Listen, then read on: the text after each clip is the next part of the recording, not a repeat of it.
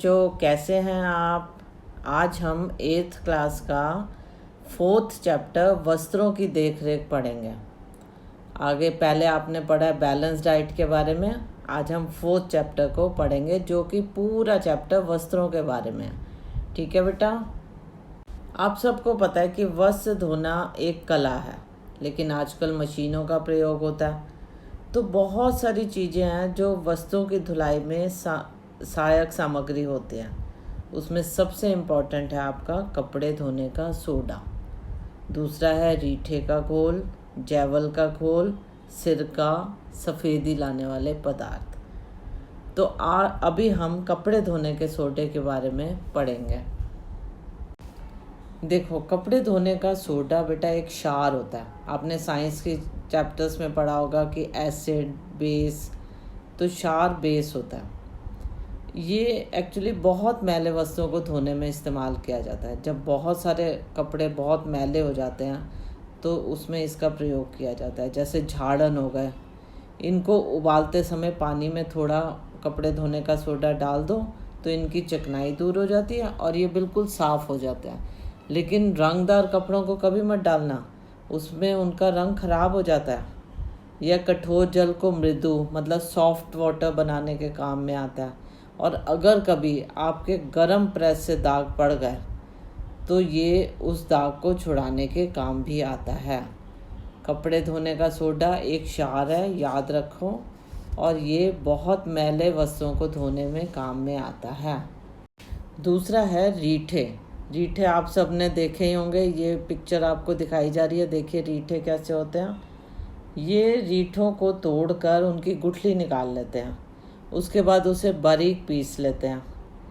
फिर किसी बर्तन में रीठे का पाउडर और पानी डालकर उसको उबालते हैं और पतले कपड़े से छानकर फिर रीठे के घोल में कपड़े को, ज़्यादातर ऊनी कपड़े को और रेशमी वस्तुओं को इसमें साफ़ किया जाता है। लेकिन याद रखें बेटा कि कभी भी सफ़ेद वस्तुओं के लिए इनका प्रयोग नहीं करें, क्योंकि रीठों का अपना ही कलर होता है। तो फिर उससे धोने से उनका रंग पीला पड़ जाता है। आजकल इसका प्रयोग थोड़ा कम होता है क्योंकि बाज़ार में बहुत सारी चीज़ें अवेलेबल है, लेकिन ये आपकी बुक में है तो आपको इससे फेमिलियर होना भी चाहिए। रीठे आप देख रहे हैं वहाँ पे स्क्रीन पे दिख रहे हैं, लेकिन याद रखें इसका प्रयोग सफ़ेद वस्तुओं के लिए नहीं किया जाता। अब तीसरी जो चीज़ है वो है जैवल का घोल। जैवल का घोल धब्बे छुड़ाने के काम में आता है। ये बहुत तेज पदार्थ होता है, इसलिए इसका प्रयोग सिर्फ सफ़ेद सूती वस्तुओं के लिए किया जाता है। अब हम इसकी बनाने की विधि आपको बता दें तो कपड़े धोने का सोडा 450 ग्राम लेना है, उबलता पानी 1 लीटर लेना है, ब्लीचिंग पाउडर 225 ग्राम लेना है और ठंडा पानी 2 लीटर। पहले सोडे और उबलते पानी का घोल बना लें, उन दोनों को मिक्स करते हैं। फिर ब्लीचिंग पाउडर को ठंडे पानी में कुछ समय के लिए रख। जब ठोस पदार्थ नीचे बैठ जाए तो तरल पदार्थ को अलग करके गहरे रंग की बोतलों में भर दें ताकि उसमें एयर ना जाए। इस घोल का प्रयोग करने के लिए गुनगुना पानी मिलाकर कपड़े के धब्बे वाले भाग को इसमें भिगो देते हैं ताकि धब्बा उतर जाए और उसके बाद साबुन से धोते हैं। अब चौथा पदार्थ है सिरका। सिरका बेटा आपने बहुत बारी इसका नाम सुना होगा। बहुत सारी खाने की चीज़ों में भी इसका प्रयोग किया जाता है और ये रेशमी और ऊनी वस्तुओं की धुलाई में भी इसका प्रयोग किया जाता है। यह रेशमी और ऊनी वस्तुओं में चमक लाने में बहुत उपयोगी होता है। क्या करते हैं कि रेशमी और ऊनी वस्तुओं को धोने के बाद थोड़े से पानी में कुछ बूंदे सिरके की डाल देते हैं और इनको भिगो देते हैं और उसके बाद निकाल के सुखा दिया जाता है। सिरके के प्रयोग से वस्तुओं का रंग पक्का हो जाता है। कभी कभी कलर निकल रहा होता है तो सिरके के पानी में भिगो दो। अगर ज़्यादा नील लग गया है तो सिरका उसे कम करने में मदद करता है। और सिरका घास और दवाइयों के धब्बों को दूर करने के लिए प्रयोग में लाया जाता है। किसके धब्बों को?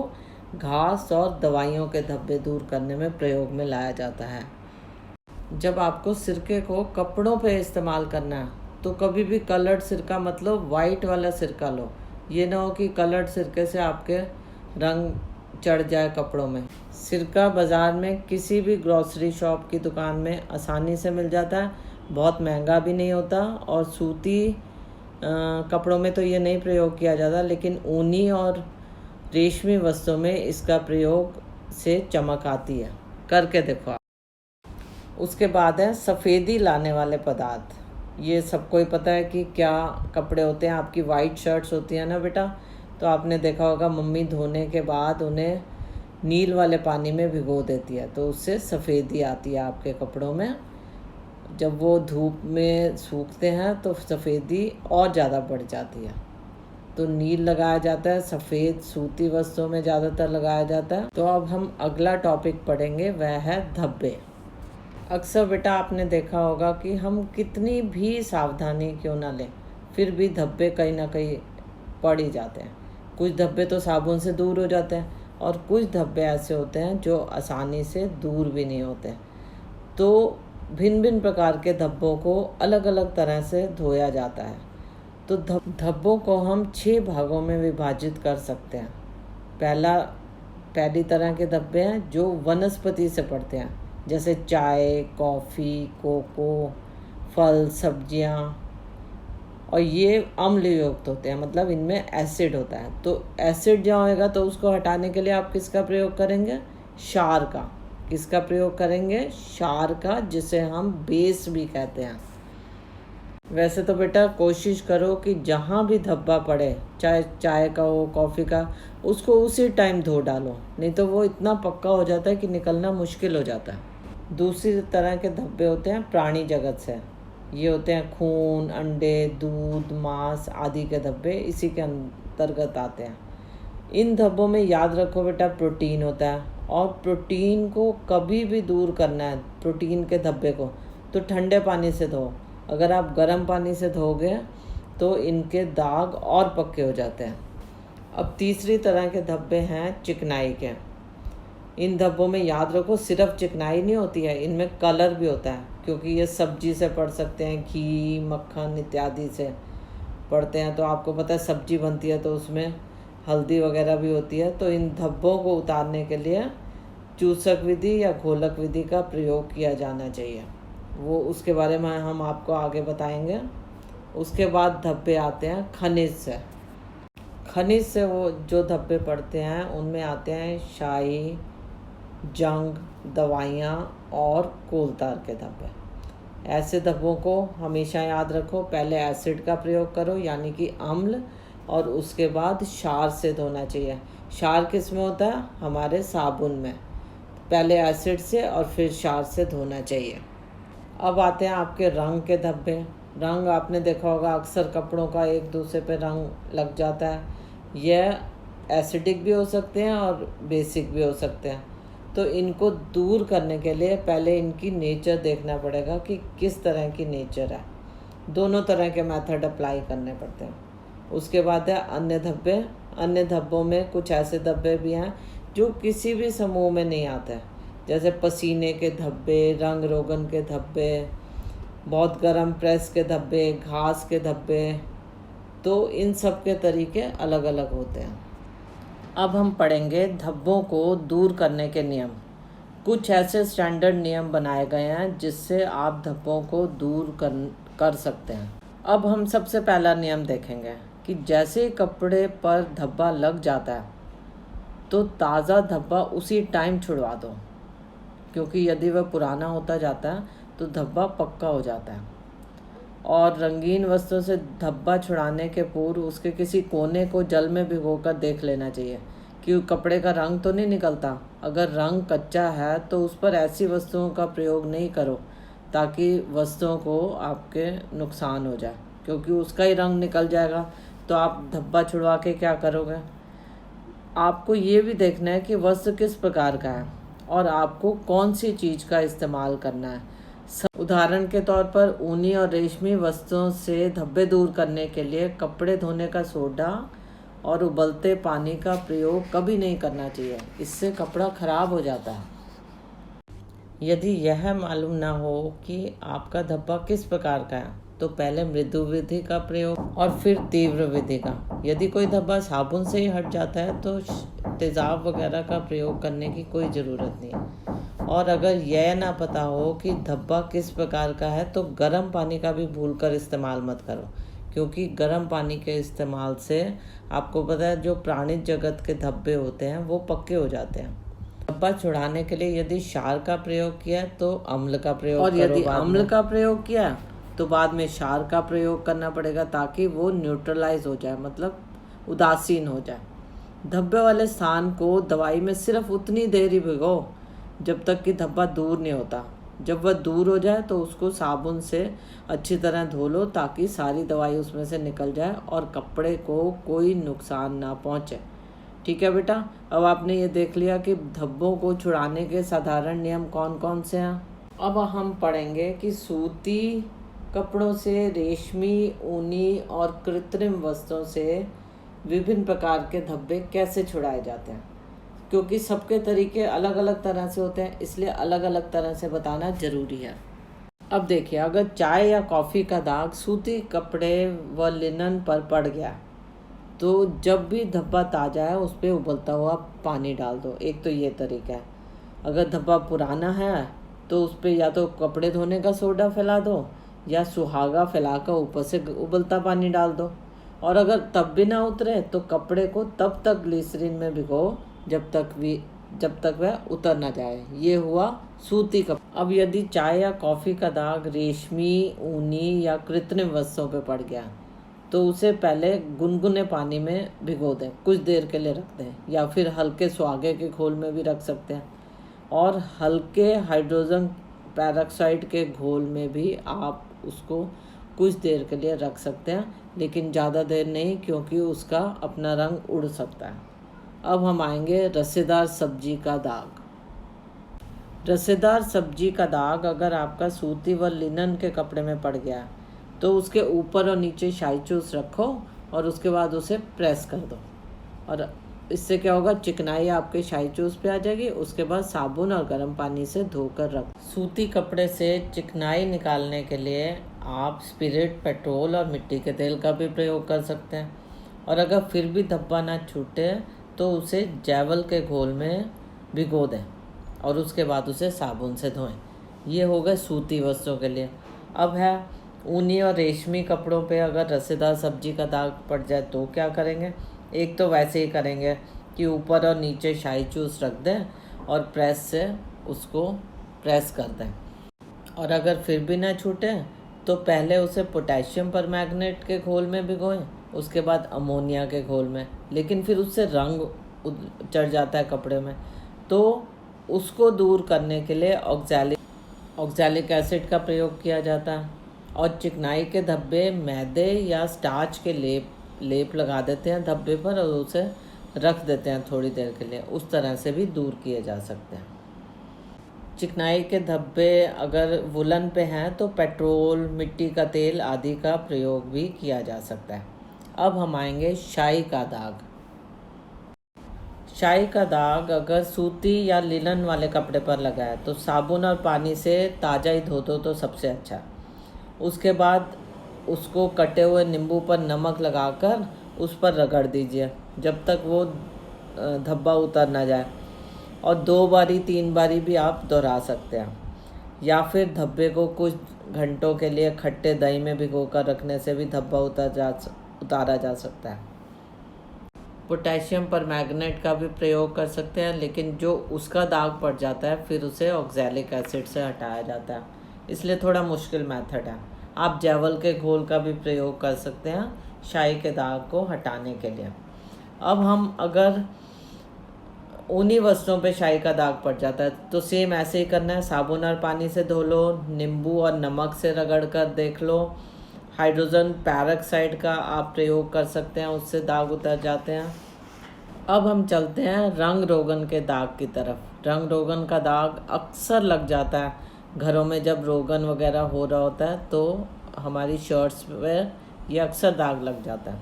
तो आप क्या करते हो बच्चे, रंग रोगन के दाग को हटाने के लिए हम मिट्टी के तेल का प्रयोग कर सकते हैं या तारपीन के तेल में धब्बों को भिगो सकते हैं और या हम स्पिरिट का प्रयोग कर सकते हैं। यही तरीका हम सेम सूती और लिनन के लिए भी लगा सकते हैं और रेशमी और वुलन कपड़ों के लिए भी लगा सकते हैं। एक ही तरीका लगेगा रंग रोगन का दाग हटाने के लिए। अब हम आगे चलते हैं रक्त का दाग। अगर किसी वजह से खून का दाग लग जाता है तो बेटा आपको पता है खून में क्या होता है, प्रोटीन होता है। इसलिए कभी भी रक्त के दाग को गर्म पानी से मत धो, ठंडे पानी से धो, क्योंकि रक्त का दाग गर्म पानी में और पक्का हो जाता है। और कोई भी एक प्लास्टिक की 2 लीटर की बॉटल की कैंपा कोला की बॉटल ले लो, उसमें 50 ग्राम नमक डाल दो और धब्बे वाले स्थान को इस घोल में भिगोकर रख दो जब तक कि वो उतर ना जाए। और अगर रेशमी और ऊनी वस्त्रों से हटाना है तो वही पहले ठंडे पानी से धो। ऊनी कपड़ों, कंबल आदि पर मैदे का घोल बना दें और उस पर लगा दें और उसके बाद धब्बा ना छूटने तक ब्रश से रगड़ें तो वह धब्बा छूट जाता है। अब हम आगे चलेंगे। एक और तरह का दाग है आयोडीन का दाग। आयोडीन का दाग लग जाए तो गर्म पानी और साबुन से धोकर धब्बा दूर कर सकते हैं, या फिर सोडे को गर्म पानी में घोलकर धो लो और धब्बा दूर किया जा सकता है।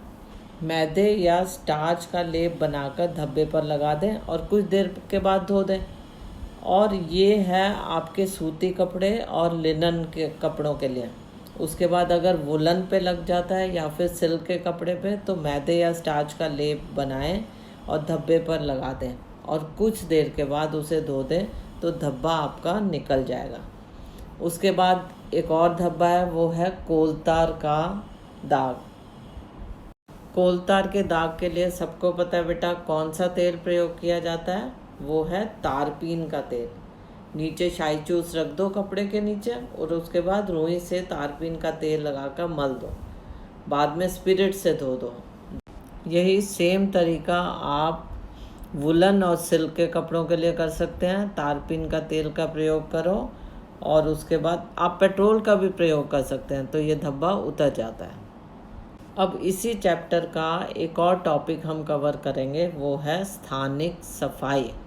ज़्यादातर बच्चे इसे ऐसे ले लेते हैं जैसे स्थान की सफाई, तो इसमें गलती मत खाना बेटा। स्थानिक सफाई का मतलब होता है ड्राई क्लीनिंग। ड्राई क्लीनिंग का अर्थ है बिना पानी के सफाई। आप सब ने देखा होगा कि ऊनी और रेशमी कपड़ों को पानी में धोने से उनका रंग रूप खराब होने की संभावना ज़्यादा बढ़ जाती है। तो ऐसे में कुछ कपड़े बाज़ार से ड्राई क्लीन कराए जाते हैं। तो बाज़ार से ड्राई क्लीन कराना कुछ ज़्यादा महंगा पड़ जाता है, क्योंकि इसके लिए एक तो पेट्रोल काफ़ी चाहिए होता है, उसके बाद मशीन भी चाहिए होती है। तो कई बार ये होता है कि वस्तुओं में कहीं कहीं मैल लग जाए तो उसको हम घर में ही साफ़ कर लेते हैं। इसी तरह जब हम वस्त्र के कुछ मैले भागों को बिना पानी के प्रयोग के साफ़ करते हैं तो उसे स्थानिक सफाई कहते हैं। अब आपको समझ आ गया होगा कि अगर हम पानी नहीं प्रयोग करते तो हम क्या प्रयोग कर रहे होंगे, या तो पेट्रोल प्रयोग कर रहे होंगे या फिर हम स्टार्च का घोल प्रयोग करते हैं।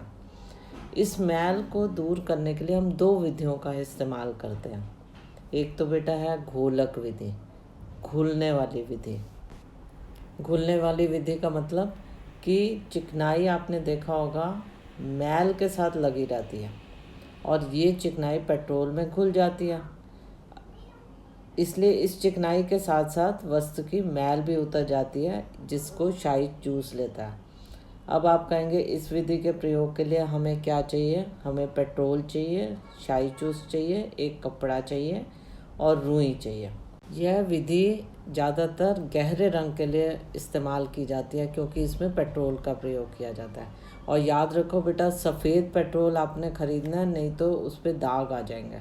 अब मान लो आपको किसी वस्त्र की घोलक विधि से ड्राई क्लीनिंग करनी है, तो सबसे पहले उस वस्त्र को पूरा फैला लो, ऊपर की मैल को आराम से ब्रश से साफ़ कर लो। उसके बाद उसको फैला के रखो, उसके नीचे शाई चूस रखेंगे आप। क्या रखेंगे? शाई चूस। फिर एक खुले बर्तन में पेट्रोल लेकर उसको रुई से मैले स्थान पर पेट्रोल लगाते जाएं। जैसे आप पेट्रोल लगाएंगे तो मैल घुलकर शाई चूस पे आ जाएगी, शाई चूस आपका मैला हो जाएगा। तो आप उसकी जगह आप दूसरा शाही जूस रख सकते हैं। उसके बाद शॉल को किसी खुली जगह पर फैला कर रख दो ताकि जो पेट्रोल की गंध है वो दूर हो जाए। अब जब पेट्रोल की गंध दूर हो जाएगी उसके बाद आप उसे हल्की प्रेस कर लो और तेज़ प्रेस मत कर देना, हो सकता है उसमें पेट्रोल हो और उसमें आग लगने का भी डर हो सकता है। अब हम पढ़ेंगे ड्राई क्लीनिंग की दूसरी विधि, ये है चूसक विधि। चूसक विधि में हमें स्टार्च की ज़रूरत पड़ती है और ये ज़्यादातर हल्के रंग के वस्त्रों के लिए प्रयोग की जाती है, क्योंकि गहरे रंग पर अगर हम लगा देंगे तो स्टार्च दिखती रहेगी, तो इसलिए इसका प्रयोग हल्के रंग के वस्त्रों के लिए किया जाता है। एक टेबल पर पहले कोई कपड़ा बिछा लें, साफ सा टॉवल भी बिछा सकते हैं। अगर आपका कपड़ा हल्के रंग का है तो उसे अच्छे से ब्रश से साफ़ कर लें। साफ़ करने के बाद स्टार्च का घोल बना लें, जैसे आप अरारोट का घोल बना लें। स्टार्च का पाउडर पहले अच्छी तरह से उस पर फैला दें और यदि शॉल कहीं से ज़्यादा मैली हो, कपड़ा कहीं से ज़्यादा मैला है, तो उस पर स्टार्च का लेप लगा दें। उसके बाद कुछ देर के लिए ऐसे ही रख दें और स्टार्च को उतारने के लिए फिर से ब्रश का प्रयोग करें, अच्छे से उतार दें और उसके बाद उसे प्रेस करें। तो वो स्टार्च क्या करता है कि आपके वस्त्र की मैल और चिकनाई दोनों को सोख लेता है और वस्त्र आपका घर में ही ड्राई क्लीन हो जाता है। यही एक तरीका है जो लगाया जाता है। अब एक बारी हम ये भी पढ़ेंगे कि पेट्रोल का उपयोग करते समय किन किन बातों का ध्यान रखना चाहिए। जब आप पेट्रोल का प्रयोग करें, जो कि हम गोलक विधि में करते हैं, तो एक बार में थोड़ा सा ही पेट्रोल लगाना चाहिए, नहीं तो पेट्रोल के धब्बे कपड़े पर पड़ जाते हैं। दूसरी एक बहुत बड़ी सावधानी जो है कि इसमें बहुत जल्दी आग लग सकती है, इसलिए जब आप पेट्रोल का प्रयोग कर रहे हैं तो आग या कोई जलती हुई सिगरेट वगैरह साथ में नहीं होनी चाहिए। और साफ़ करने के बाद पेट्रोल की बोतल या डिब्बे को अच्छी तरह से बंद करके किसी भी सुरक्षित स्थान पर रख दो ताकि वो बच्चे भी उस तक पहुंच ना पाएँ और सावधानी भी ली जा सके। अब हम इसी चैप्टर का एक नया टॉपिक पढ़ेंगे, वह है वस्त्रों की रंगाई। आपने देखा होगा बेटा, वस्त्रों का रंग कई बार फीका पड़ जाता है और कभी कोई रंग आपको अच्छा नहीं लगता, तो आप सोचते हैं कि इसे रंग ही क्यों ना करवा लें। तो जो रंगरेज होते हैं वो रंगाई के काफ़ी पैसे ले लेते हैं। तो इस अवस्था में बहुत बारी हमें ऐसे लगता है कि हम घर में ही रंगाई कर लें ताकि हमारे पैसे भी बचें, और कई बारी हम पैसे खर्चना भी नहीं चाहते क्योंकि कपड़ा पुराना होता है, तो हम ज़्यादा पैसे नहीं खर्चना चाहते। हम सोचते हैं इसकी रंगाई घर में ही कर लें। तो कुछ बातें हमें ध्यान में रखनी है जब हमें कपड़ों को रंगना है। अगर हमें एक से अधिक कपड़े रंगने हैं और हमें पता है कि ये अलग अलग तंतुओं से बने हैं, तो उन्हें अलग अलग करके रखो, क्योंकि हर एक का रंगने का तरीका अलग होता है। आप हर तंतु को एक ही तरह से नहीं रंग सकते। जैसे आप ऊनी वस्त्र को बहुत गर्म पानी में नहीं डाल सकते, नहीं तो ऊन खराब हो जाएगी। उसका ऊन ही खराब हो गई तो रंग के आपको क्या करना। इसलिए ध्यान रखें, वस्त्रों को अलग अलग कर लें। दूसरा पॉइंट है बेटा, अगर आपको वस्त्र को रंगना है तो पानी आप इतना लें कि वो आराम से डूब जाए। अगर पानी कम होगा तो रंगने से धब्बे पड़ जाते हैं, इसलिए पानी पर्याप्त मात्रा में लेना चाहिए। कपड़े के आकार के हिसाब से पानी लो। अगर बड़ा कपड़ा है तो ज़्यादा पानी, अगर छोटा कपड़ा है तो कम पानी लो। अब आपने बेटा ये भी देखा होगा कि जब हम रंग का घोल बनाते हैं तो उसमें फुटकड़ियाँ पड़ जाती हैं, तो रंग को पोटली में बांध के गर्म पानी में डालें ताकि जिस कपड़े को रंगना है, क्योंकि ताकि जगह जगह फालतू के रंग के निशान ना लग जाए। इस बात का आपको बहुत ध्यान रखना पड़ेगा कि रंग को पोटली में बांधकर आपको पानी में डालना है। घोल तैयार करते समय इस बात का भी ध्यान रखें कि रंग का कोई अंश बर्तन पर ना लगा रह जाए। अगर बर्तन पे अंश लगा रहेगा तो जिस कपड़े को आप रंग रहे हैं उसमें धब्बे आ सकते हैं, इसलिए इस बात का भी ध्यान रखें। जब वस्त्र को रंगना हो तो ध्यान रखें कि उसमें कोई मैल ना हो, मतलब वस्त्र साफ हो, नील ना लगा हो और ना ही कोई मांड हो। अगर मांड होगी तो भी वस्त्र अच्छे से रंगा नहीं जा सकता, इसलिए इस बात का विशेष ध्यान रखें। मैले वस्त्रों पे भी कभी रंग नहीं किया जाता, इसलिए बच्चों इस बात का ध्यान रखो। रंगने से पहले वस्त्रों को अच्छी तरह से सादे पानी में गीला करके और अच्छे से खोल कर रंगने के लिए डालें। अगर आप अच्छे से नहीं खोलेंगे तो फिर कहीं पे ज़्यादा रंग आ जाएगा और कहीं पे कम रंग आ जाएगा, इसलिए रंग को भी अच्छे से खोलें और जब कपड़े को डालें तो वो गीला करके डालें और गीला करके खोल के डालें। यह जानने के लिए कि आपके तैयार किए रंग में रंग सही मात्रा में है कि नहीं, कपड़े के एक कोने को उस रंग वाले घोल में डुबोएं। यदि इस पर रंग आवश्यकता से अधिक गहरा हो तो समझें कि रंग ठीक है, क्योंकि जब वस्त्र सूखता है तो वो हल्का हो जाता है, इसलिए थोड़ा गहरा रंग ही होना चाहिए। जो रंग चाहिए उससे थोड़ा डार्क ही रंग होना चाहिए ताकि वो सूखने पर ठीक हो जाए। अब हम पढ़ेंगे कि रंगाई कितने प्रकार की होती है। ज़्यादातर हम सूती वस्त्रों को ही रंगते हैं, इसलिए सूती वस्त्रों के लिए रंगाई दो प्रकार की होती है। एक तो कच्चे रंग में रंगाई होती है और एक होती है पक्के रंग में। अब चलिए हम इसके बारे में पढ़ते हैं कि कच्चे रंग में कैसे रंगाई होती है और पक्के रंग में कैसे रंगाई होती है। कच्चे रंग की रंगाई में रंग को पानी में घोल लेते हैं। पानी ठंडा ही होता है, फिर गीले किए हुए वस्त्र को उस घोल में डुबो देते हैं। उतनी देर तक उसे हिलाते हैं जब तक कि आपका रंग ना चढ़ जाए।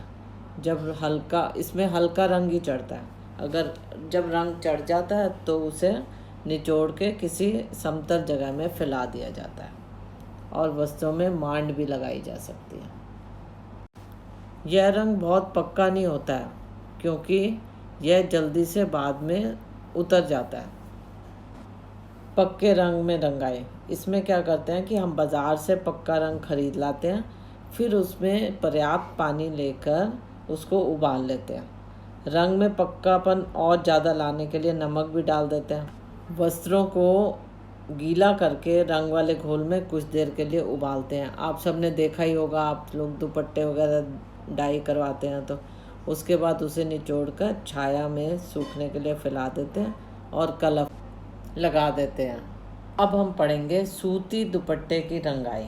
ये आपने बाज़ार में भी देखा होगा कि दुपट्टों की रंगाई कैसे होती है।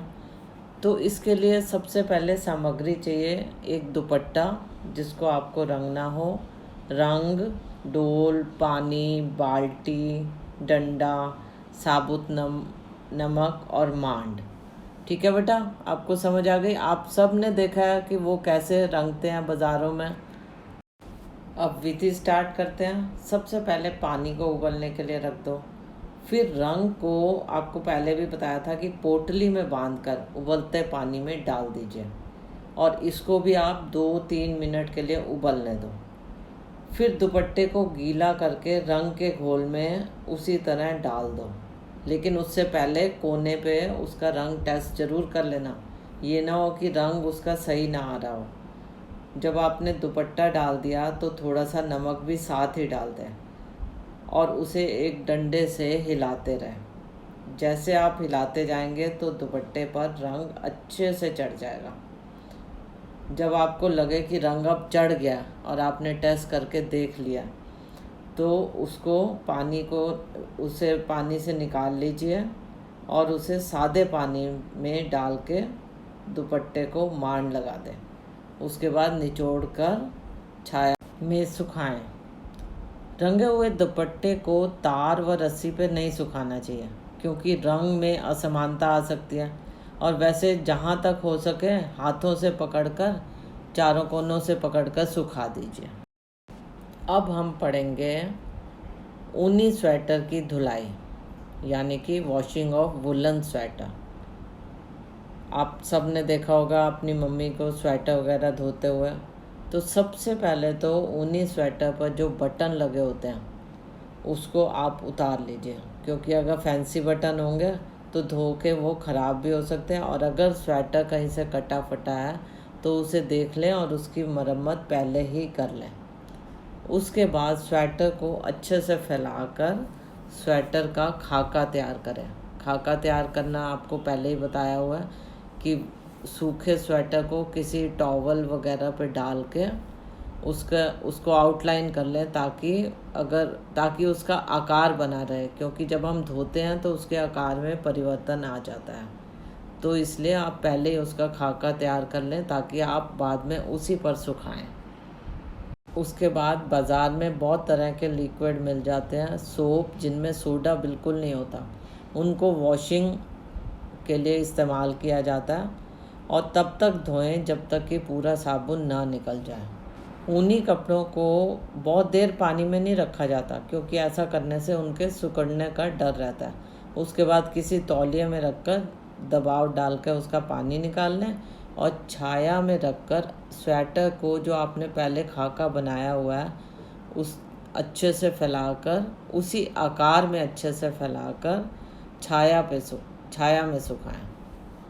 इससे स्वेटर का आकार बना रहता है और वो सिकुड़ता नहीं है।